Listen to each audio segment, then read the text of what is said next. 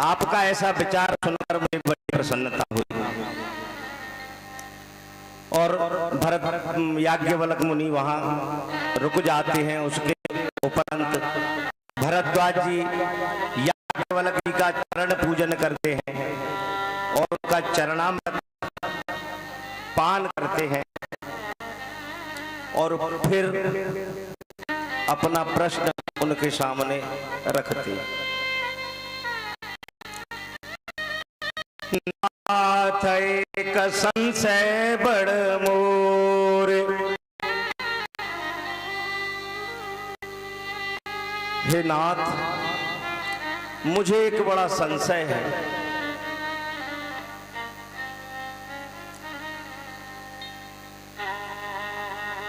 करगत वेद तत्व सब तोरे,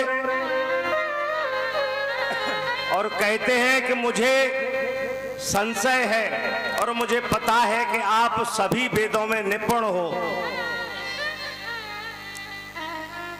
आप अवश्य मेरे संशय का निदान करेंगे। इसलिए हे मुनि श्रेष्ठ, मैं आपके सामने अपना संशय प्रकट करता हूं। और कहते हैं कि प्रभु सोई राम के अपर को जाहे जपत त्रिपुरार। हे मुनि श्रेष्ठ, मुझे पता है कि भगवान राम से बड़ा इस जगत में कोई नहीं। जिन भगवान राम का भगवान भोलेनाथ नित्य ध्यान करते हैं, ऐसे भगवान श्री राम, परंतु अब यहां से भरद्वाज जी का संशय प्रारंभ हुआ। वो कहते हैं कि मैं बड़ा विचलित हूं। हे मुनि श्रेष्ठ, मुझे ये आप बताइए कि राम कौन है। ये प्रश्न भरद्वाज जी ने याज्ञवल्क्य जी से किया और बोले कि एक राम को तो मैं भी जानता हूं। एक राम अवधेश कुमारा, कहो सो कथा।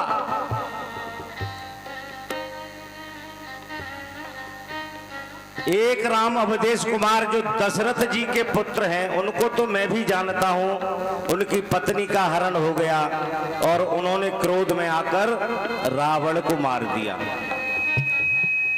परंतु हे मुनि श्रेष्ठ, मैं ये जानना चाहता हूं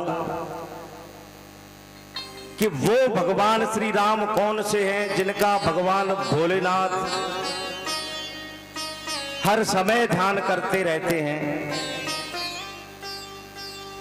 और जगत में कौन कौन से राम हैं। कृपया मेरा संशय दूर करें। तब याज्ञवल्क्य जी सुनकर मुस्कुराए और बोले, भरद्वाज जी, मैं जानता हूं और मैं समझ गया, आप चतुर को मैं समझ गया। आपने प्रश्न किया है जिसका उत्तर देने के लिए मुझे श्री राम कथा आपको सुनानी पड़ेगी। मैं आपकी चतुराई को समझ गया। भरद्वाज जी, आप राम कथा सुनना चाहते हो, जिस वजह से आप इस प्रकार मूढ़ अज्ञानी की भांति प्रश्न कर रहे हैं।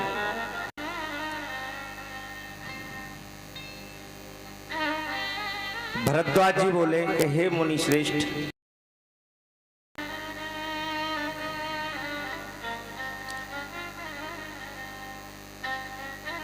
मुझे ये संशय है और इस संशय को कहने में मैं बड़ा संकोच कर रहा था आपसे।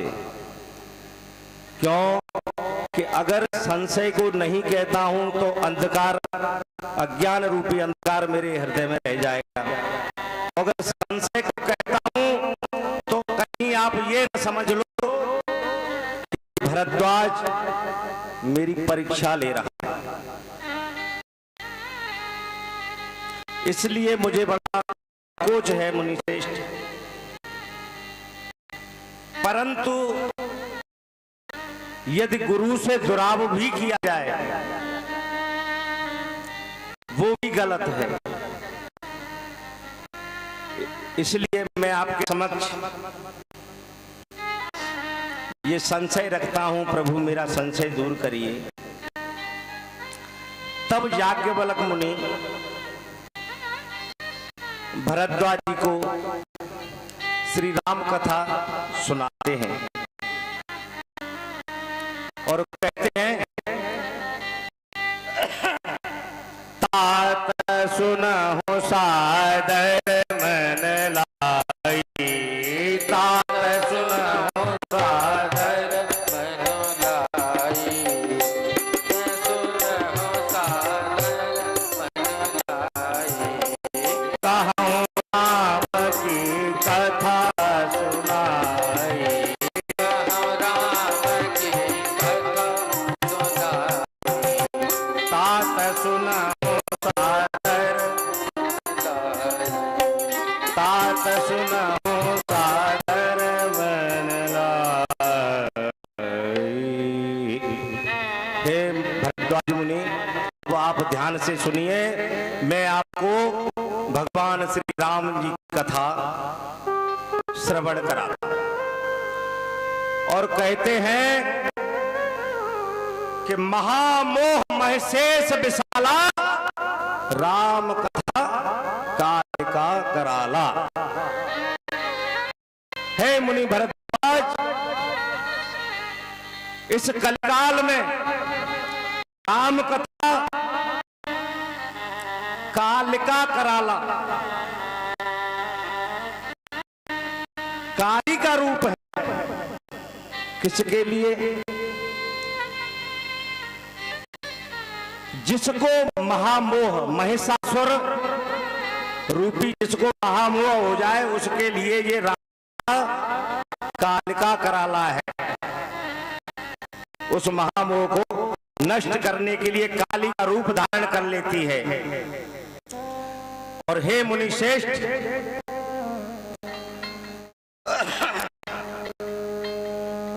ये राम कथा, राम कथा शशि किरण समाना, संत चकोर करें जे पाना। ये कथा हम आपको कल भी सुना चुके हैं, राम कथा की महिमा में, परंतु अब याज्ञवल्क्य जी भरद्वाज जी को सुना रहे हैं और तुलसीदास जी रामचरितमानस में लिख रहे हैं और मैं आपकी सेवा में हूं। गोस्वामी तुलसीदास जी कहते कि राम कथा शशि किरण समाना, संत चकोर करहिं जे पाना। राम कथा शीतल चंद्रमा की किरणों के समान है और इसको संत चकोर पक्षी की भांति ग्रहण करते रहते हैं। और याज्ञवल्क्य जी ने महिमा सुनाते हुए बोले, भरद्वाज जी, जिस प्रकार आपको संशय हुआ है उसी प्रकार त्रेता युग में एक बार जगत जननी मां सती जी को भी संशय हुआ था। और जब सती जी को संशय हुआ तो भगवान भोलेनाथ ने बहुत प्रयास किया, परंतु सती जी का संशय समाप्त नहीं हुआ। अंततः सती जी का अंतकाल हो गया, परंतु सती जी का संशय दूर नहीं हुआ। तो भरद्वाज जी, मैं आपको कथा सुनाता हूं और प्रयास करूंगा कि आपका संशय मैं दूर कर सकूं। मैं आपको एक बात बताऊं कि जिस व्यक्ति को एक बार यदि संशय हो गया तो उसका संशय समाप्त करना बड़ी टेढ़ी खीर है, क्योंकि संशयात्मा विनश्यति।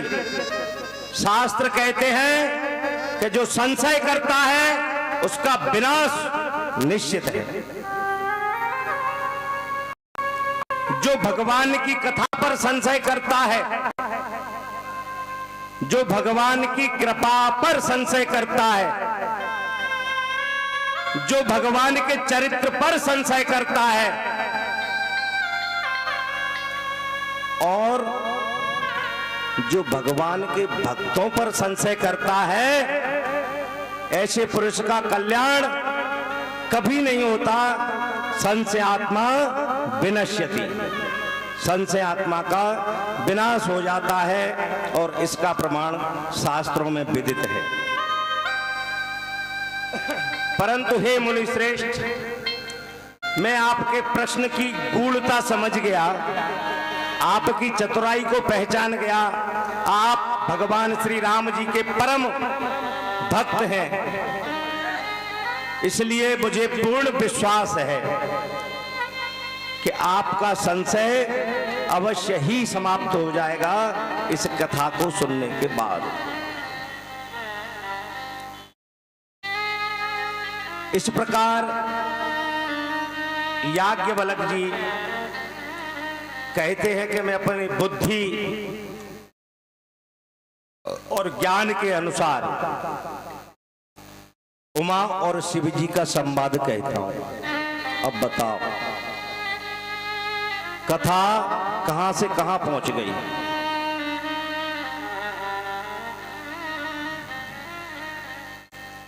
गोस्वामी तुलसीदास जी ने श्री रामचरितमानस में लिखा,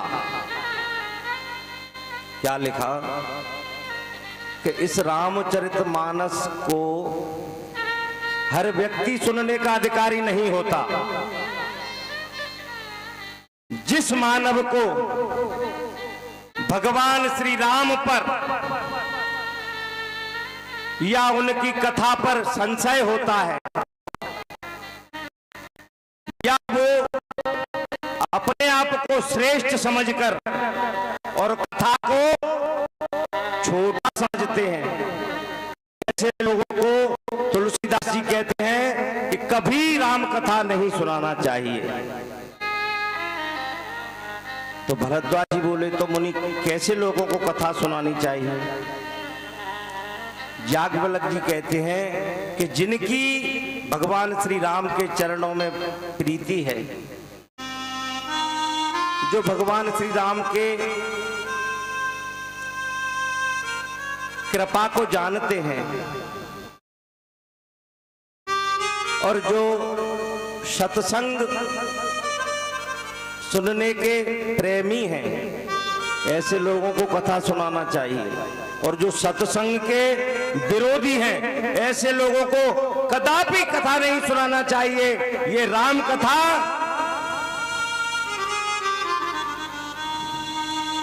मानव को उद्धार करने वाली कथा है, और उद्धार उन्हीं का होता है जिनकी प्रभु श्री राम जी के चरणों में अनंत अनंत प्रीति होती है।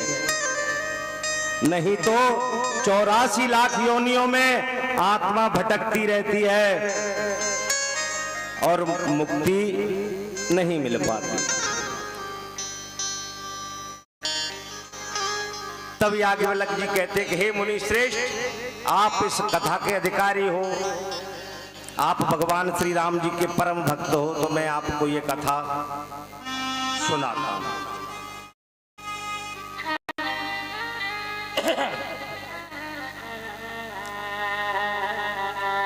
कल मैंने आपको बताया था,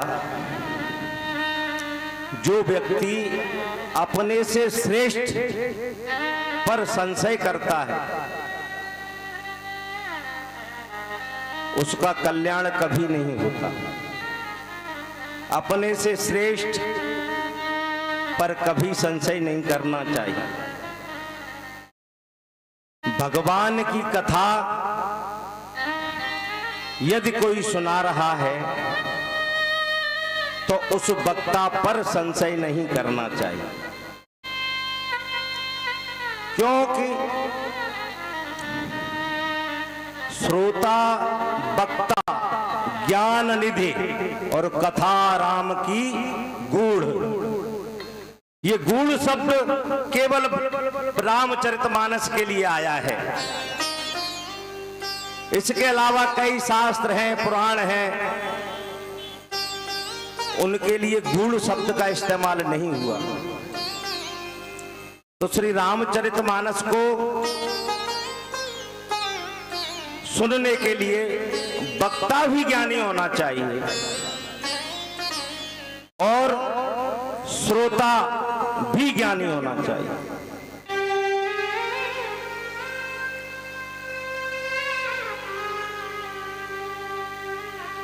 परंतु अपने से श्रेष्ठ पर जब संशय होता है, जब कथा पर संशय होता है, तब आदमी की बुद्धि में भगवान की कथा कदापि नहीं आ सकती। कल मैंने आपको बताया था,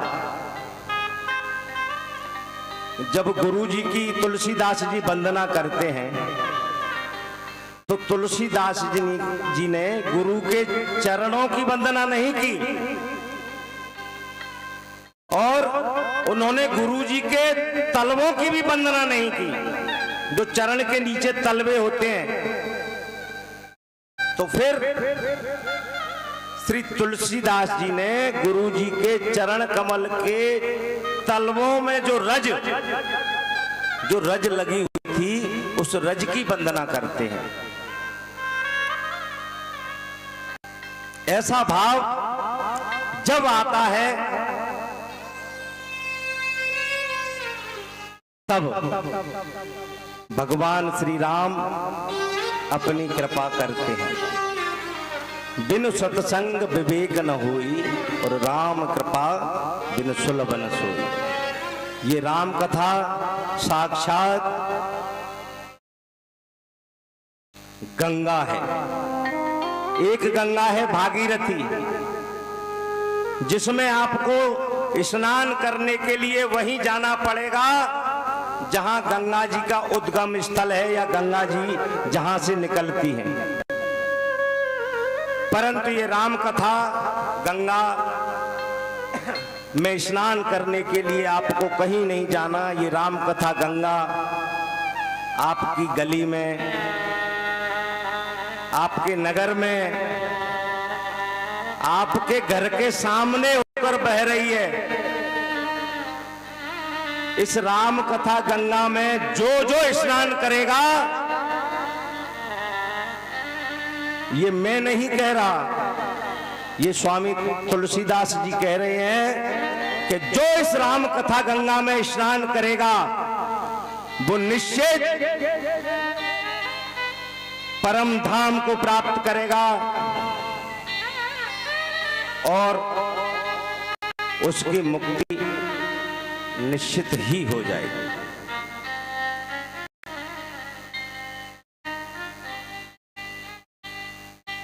राम कथा हमको जीना सिखाती है।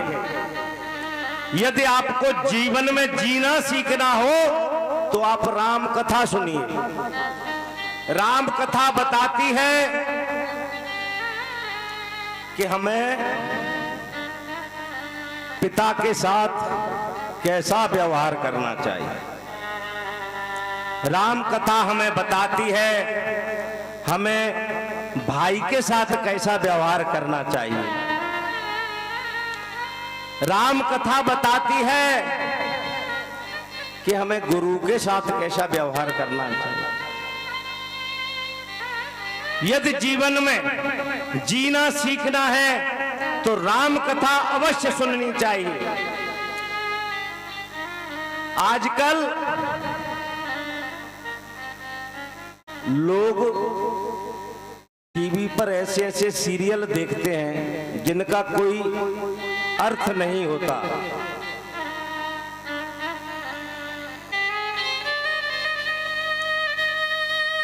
यदि जीवन में एक बार भी किसी ने एक बार भी अगर राम कथा का श्रवण कर लिया तो उसका जीवन उस प्रकार धन्य हो जाता है जिस प्रकार उस तोते का हुआ था। जब भगवान शिव मां पार्वती को राम कथा सुना रहे थे तो कथा सुनते सुनते मां पार्वती को नींद लग गई और वो सो गई। तब वहां एक तोता उपस्थित था और वो कथा सुन रहा था। कथा के प्रभाव से तोता अमर हो गया। ये वही राम कथा है जो व्यक्ति को अमर बनाती है। इसी को अमर कथा भी कहते हैं। तो जब शंकर जी को पता चला कि इस तोते ने कथा सुन ली और ये अमर हो गया, भोलेनाथ ने क्रोध में आकर अपना त्रिशूल उसके पास छोड़ दिया। उसके पीछे त्रिशूल पड़ गया और भागता भागता तोता व्यास जी के आश्रम में पहुंच गया।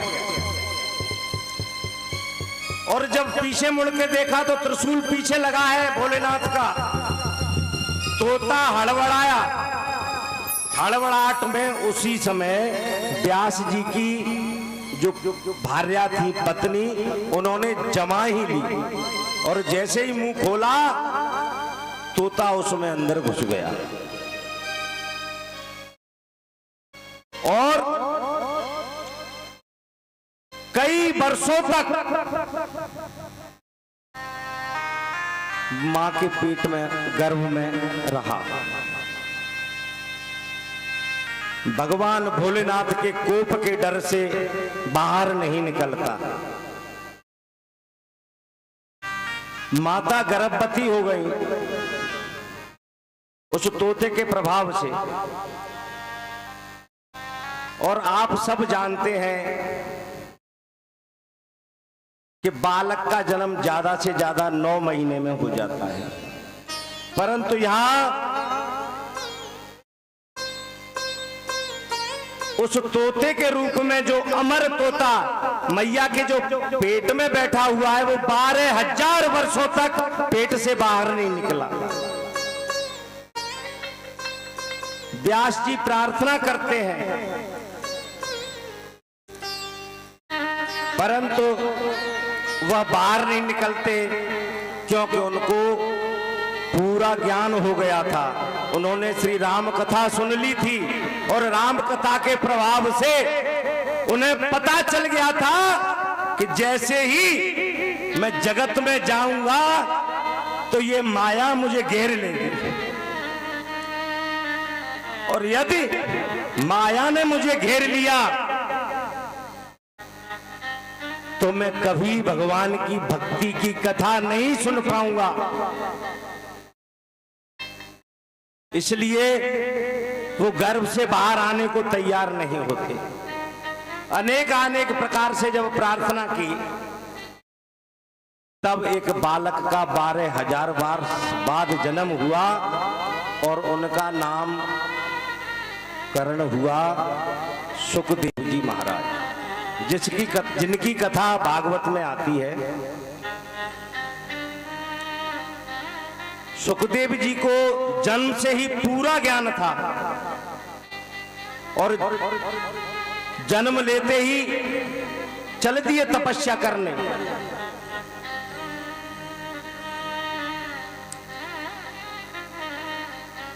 तब व्यास जी ने उनको समझाया, परंतु वो एक बात नहीं समझे और जाकर जंगल में तप करने लगे। ऐसा होता है रामचरितमानस का प्रभाव। जब एक तोता जो कि पशु पक्षी, जब राम कथा से एक तोता अमर हो सकता है, परंतु क्यों नहीं होता? इसका एक कारण है। इसका मुख्य कारण है कि कथा सुनने के लिए मन की जरूरत पड़ती है। कथा मन से सुनी जाती है। जब आपका मन कथा में नहीं है और आपका शरीर कथा में बैठा हुआ है और तो मनुष्य का कल्याण नहीं हो पाता। परंतु यदि मन, बुद्धि, कर्म इन तीनों से एकाग्रचित होकर भगवान श्री राम जी की कथा श्रवण की जाए तो मैं विश्वास के साथ कह सकता हूं, और मैं ही नहीं, भगवान भोलेनाथ जी भी कहते हैं मां पार्वती ते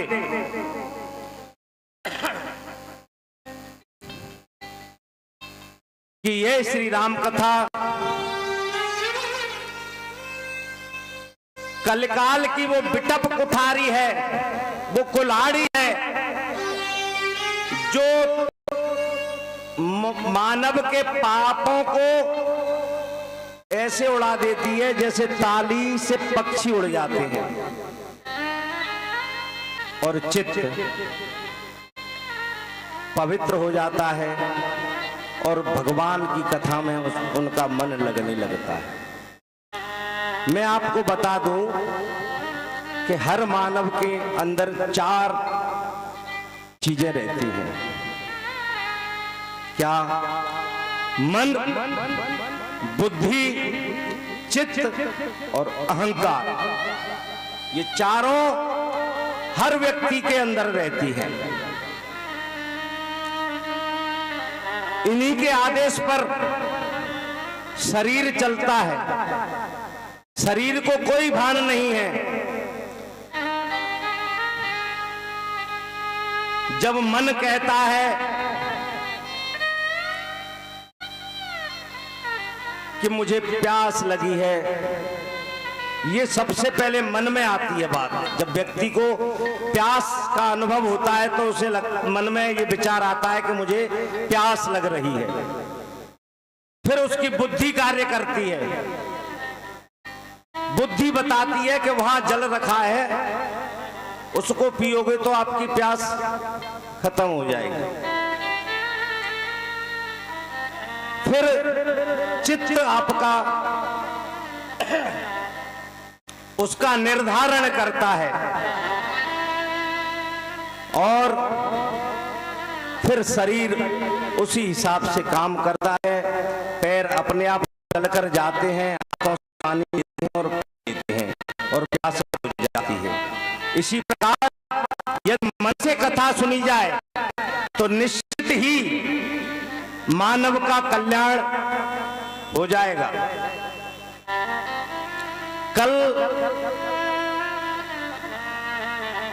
गुरुजी की कथा के दौरान मैंने आपको बताया था कि हमारे सनातन धर्म के पहले गुरु आदि गुरु शंकराचार्य जी तीर्थ यात्रा को जब जाने लगे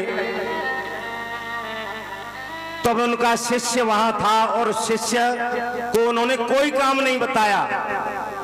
आजकल के गुरु अगर एक दिन के लिए भी बाहर जाएंगे तो शिष्य को इतने काम बता के जाएंगे कि बेचारा शिष्य सुबह से शाम तक सेवा करते करते। ने गुरुजी से पूछा, गुरुजी आप तीर्थ जा रहे हो, मुझे कुछ कार्य तो बताते जाओ, मैं क्या करूंगा तब तक यहाँ पड़ा पड़ा। तब गुरुजी कहते हैं कि हे मेरे शिष्य, उस शिष्य का नाम था राम शरण, कि राम शरण तुम्हारे लिए मैं एक काम ये बता के जाता हूं कि तुम मेरे ऊपर वर्तिका लिखो, वर्तिका। अब शिष्य समझ नहीं पाया वर्तिका क्या होता है। यहां बैठे ज्ञानी जन तो समझ रहे होंगे, परंतु मैं आपको बताऊं, वर्तिका होता है उत्तम। गुरुजी बोले तुम ये लिखो मेरे लिए कि मैंने उत्तम क्या किया है।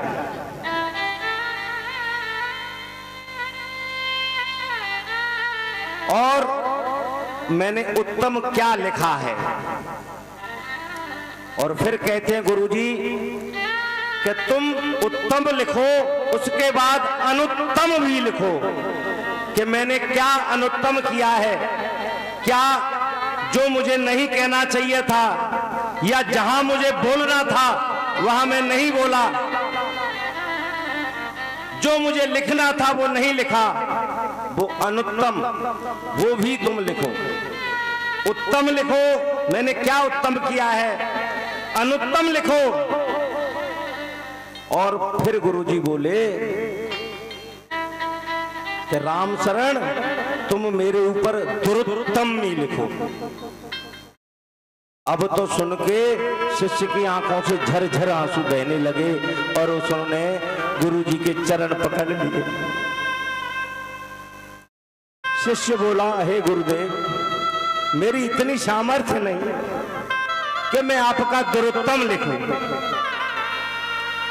दुरुत्तम अर्थात मैंने जो गलत लिखा या मैंने जो गलत कहा उसे भी तुम लिखो। तब शिष्य करुण पुकार करके गुरुजी से क्षमा याचना करता है कि हे गुरुदेव, मैं आपके बारे में इतनी सामर्थ्य नहीं है कि मैं दुरुत्तम लिखूं, इसलिए कृपा करके आप मुझे ऐसी शक्ति प्रदान करें कि मेरी मन और बुद्धि आपके आदेश का पालन करने के लिए सर्वसमर्थ होकर आपके बारे में कुछ लिख सके। तो श्रेष्ठ के बारे में कुछ लिखना अपने ज्ञान को चुनौती देना होता। ऐसे गुरु होते थे, ऐसे शिष्य होते थे। आजकल के गुरु ऐसे होते हैं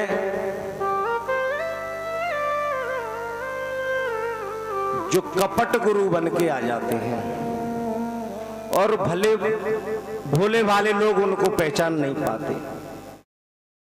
एक बार की बात है, एक राजा की पुत्री थी, बैठी बैठी केवल यही सोचती रहती थी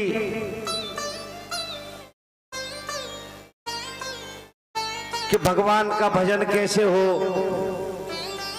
भगवान की प्राप्ति कैसे हो, मुझे कोई सदगुरुदेव मिल जाए भगवान की कृपा से। उसी समय एक चोर वहां आया और चोर ने उसकी बात सुन ली। चोर बड़ा प्रसन्न हुआ, बोला जे अच्छी शिष्या मिल गई मुझे, राजा की पुत्री है, बहुत धन धान्य है, मैं इसका गुरु बन जाता हूं और सारा धन इसका मैं हरण करके ले जाऊंगा।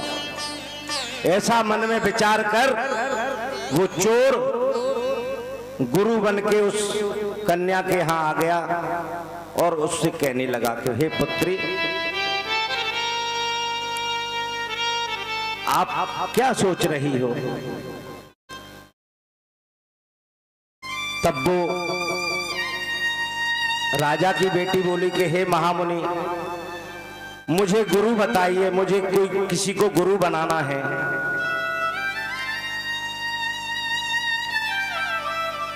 तब मुनि बोले कि गुरु बनाना है तो हमें ही बना लो, हमसे अच्छा गुरु तुम्हें कहां मिलेगा। भगवान की कृपा हुई है तब मैं यहां आया हूं। मैं तीर्थ जा रहा था, मुझे आभास हुआ कि कोई मुझे पुकार रहा है। तुम्हारी करुण पुकार हृदय की सुनकर और मैं यहां आ गया। मुझसे अच्छा गुरु तुम्हें कोई नहीं मिलेगा। कन्या को वैराग्य था, उसने सोचा जी अच्छे गुरु मिल गए, तो उसने तुरंत उन संत को गुरु बना के, संत बोले कि अब हम तुम्हारे गुरु हुए और तुम हमारी शिष्या, अब हमारी बात मानना तुम्हारा धर्म है, मैं जो आदेश करूंगा पालन करना पड़ेगा। राजा की पुत्री को कहा कि तुम अपने सारे गहने और पैसे लेकर मेरे साथ चलो, मैं जंगल में तुम्हें भगवान की कथा सुनाऊंगा। और जंगल में ले जाकर उस राजा की बेटी को एक पेड़ से बांधकर, और वो चोर जो गुरु बना था वो सारे गहने और धन लेकर अफू चक्कर हो गया।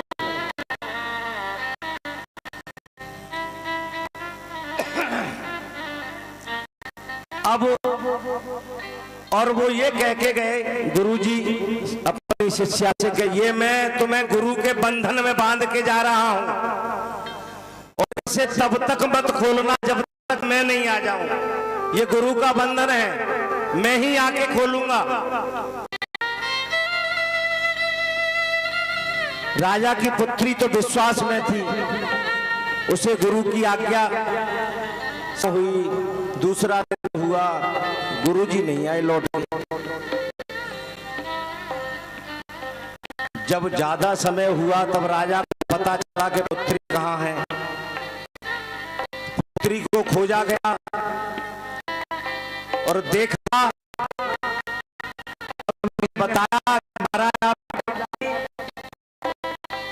महाराज आपकी पुत्री तो जंगल में एक पेड़ से बंधी हुई। तब राजा ने जाके तुरंत जंगल में पुत्री पहुंचा और बोला, बेटी ये हालत तुम्हारी किसने की, मैं तुरंत तुम्हारा बंधन अभी खोल पाऊं। तो पुत्री ने हाथ जोड़कर पिताजी मना कर दिया, पिताश्री आप इस बंधन को मत खोलिए, ये मेरे गुरुजी ने लगाया हुआ बंधन है, और गुरुजी का आदेश है कि गुरुजी आकर ही इस बंधन को खोलेंगे, चाहे कितना भी समय हो जाए, मैं तब तक नहीं इस बंधन से मुक्त हो सकती जब तक मेरे गुरु यहां नहीं आ जाते। और भूखी प्यासी बंधी बंधी कई दिन गुजर गए।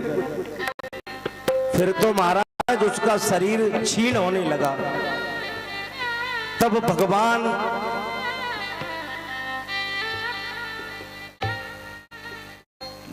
के यहाँ नारद जी खबर पहुंचाते हैं।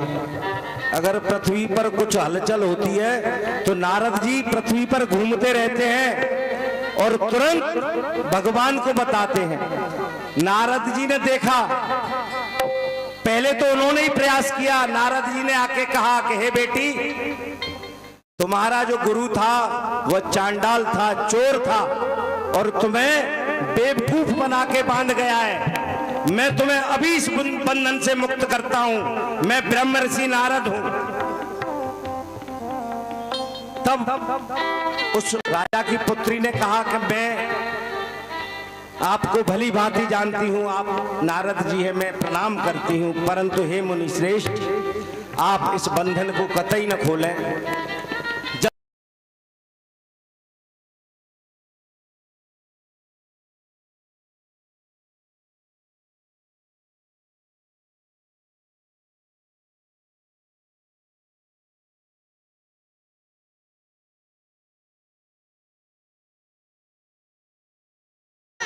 आप आ गए हो, आपको बारंबार प्रणाम है, और मैं धन्य हो गई आपके दर्शन पाकर। परंतु आप इस बंधन को कतई न खोलें। जब तक मेरे गुरुजी नहीं आ जाते, मैं इसी बंधन में बंधी बंधी